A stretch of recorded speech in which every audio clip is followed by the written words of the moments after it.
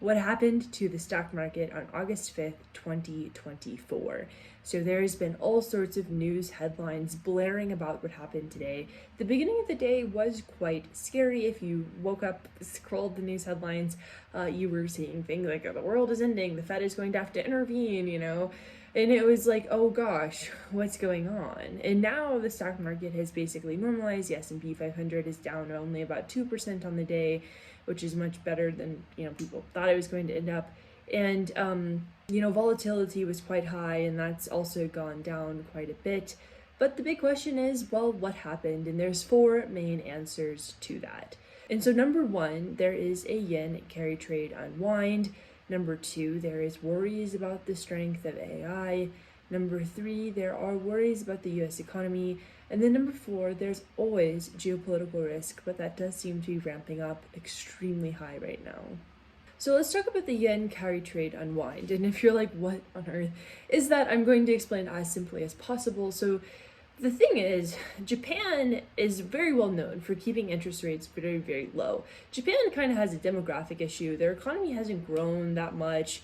Things have just been sort of stagnant over there for a long time. And so the Bank of Japan has really just kept things easy. They're like, okay, we're going to intervene in our bond market. We're going to make it so, things are just smooth sailing. And because Japan, for the first time in a long time, has actually started to experience inflation, the Bank of Japan was like, okay, well, we're gonna have to start raising rates, because the way that you battle inflation is by raising rates. You make it more expensive to be alive, so people spend less money, so the economy slows down, so ultimately inflation slows down. So the Bank of Japan did raise rates. But this created all sorts of problems because people were very reliant on the idea that Japan would remain Japan, that the Bank of Japan wouldn't ever really raise rates.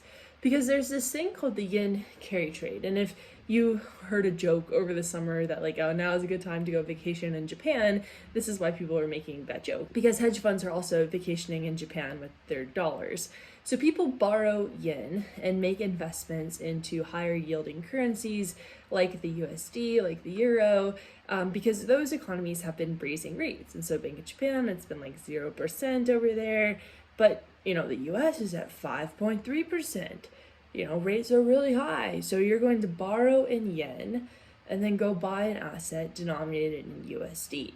And that's great for export sales for Japanese businesses who are exporting abroad, local stocks, but the Bank of Japan did raise rates, and the Fed is expected to cut rates. And so that trade doesn't really make sense anymore, because now you have the Bank of Japan, who it's not extremely cheap to borrow there. It's still relatively cheap, but not the cheapest.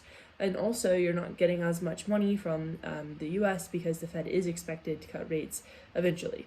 And a lot of people were levered quite long into this trade. They were borrowing cheap yen to buy US assets, including US tech stocks.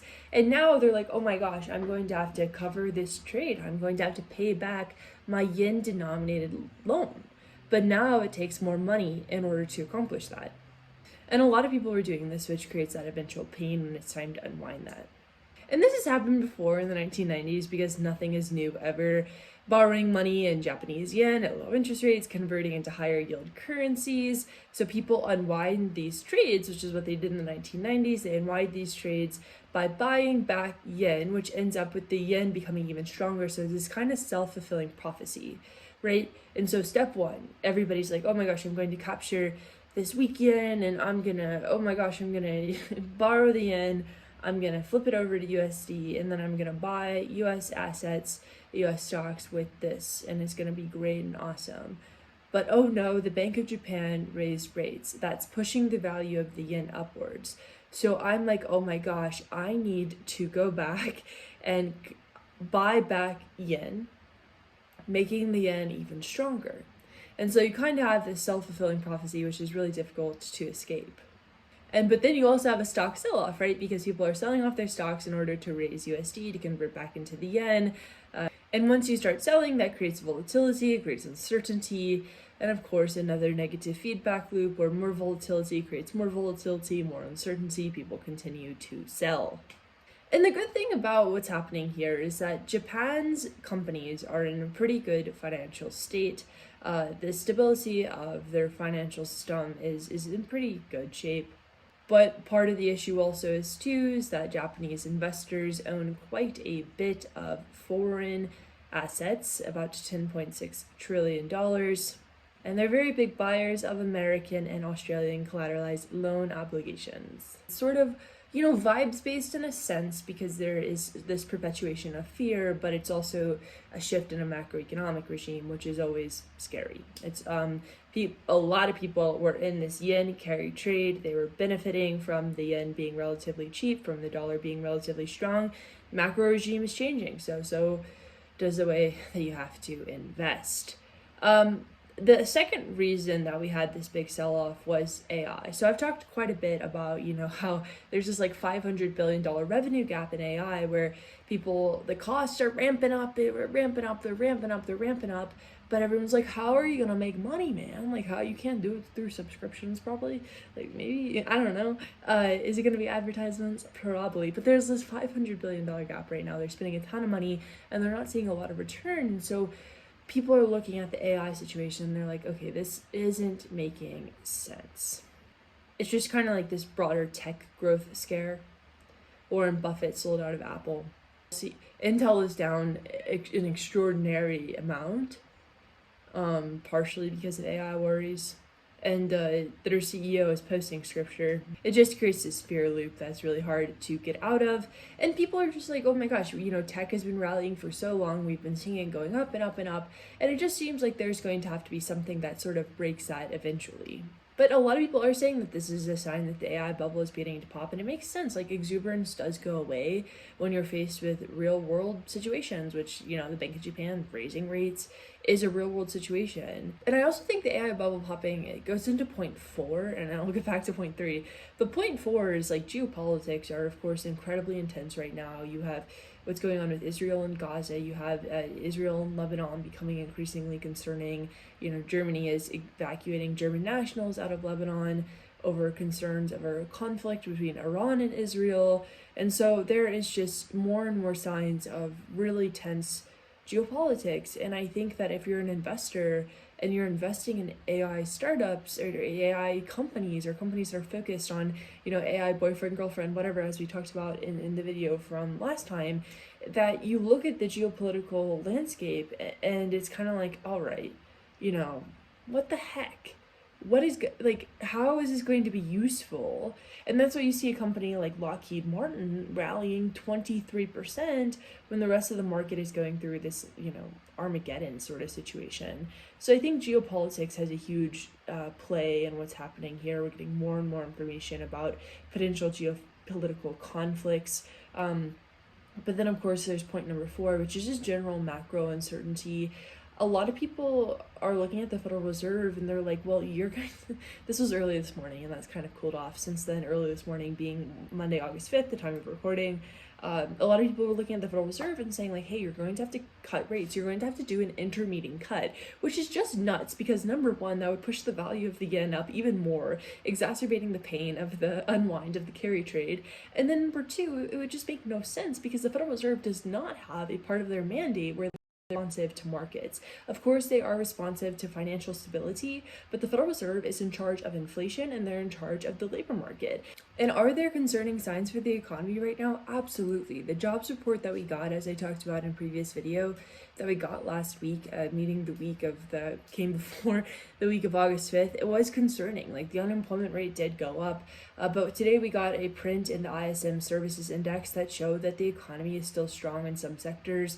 If you look at the six metrics that the National Bureau of Economic Research, the group that determines if we're in a recession, if you look at the metrics that they use to determine if we're in a recession, there's no sign of us being in a recession, right? There are still concerning things happening. The labor market is weakening, right? There are concerning signs with what's going on with manufacturing, even though ISM came in strong, employment, housing, the consumer is showing signs of weakness. And those are all things that we're going to have to pay attention to. There are things that could turn into a recession, but we're not in a recession right now. The latest Fed survey of bank loan officers shows that standards are easing and credit demand is rising again. So there are signs that this is still a relatively strong economy. It's an economy that has points of weakness, absolutely, but it's not an economy that requires an intermeeting cut, meaning that the Federal Reserve meets between meetings and they're like, oh my gosh, we're sounding the alarm bells, time to like cut rates to save the stock market. That's not true. But macro is always a concern.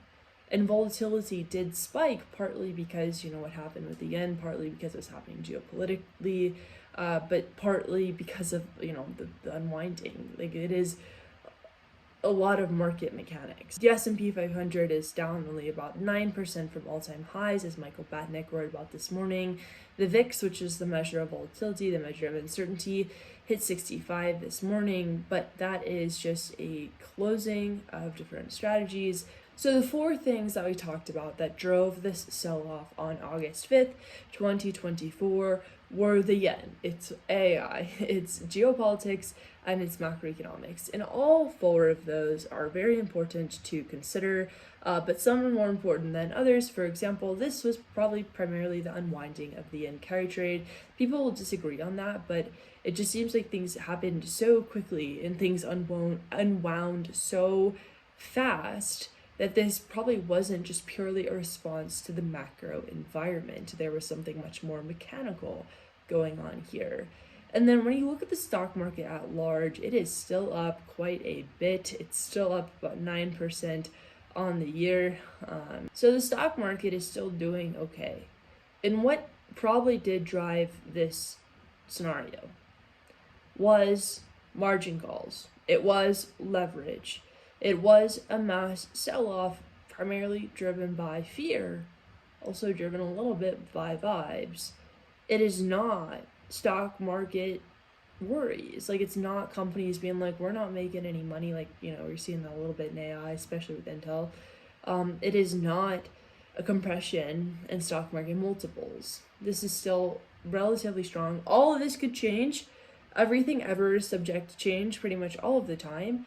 But things are still strong. The NASDAQ 100 was up about 4% from its low at time of recording. Volatility has pretty much collapsed into the day. And the best thing that you can do during times of uncertainty, as a lot of people have been saying today, is don't panic.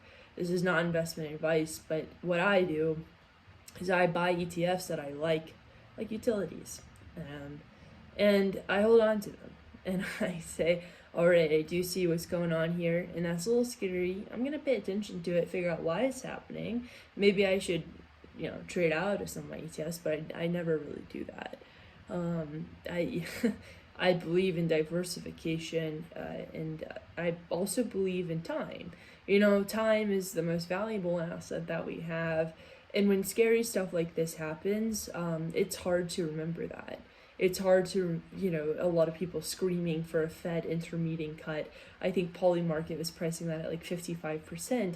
And when you see the probability of the Fed cutting in between meetings, and when you see things like that, like, of course you're going to be afraid. Like, it's very normal to look at these market reactions, to look at the potential reaction that it's having to the economy and be like, this is really scary and I don't know what to do. And sometimes the best thing to do is do nothing. And just know that if you hold on, if you don't miss the best days of the market, it's going to be okay. So that is what happened on Monday, August 5th, 2024. I hope that you all are doing okay out there.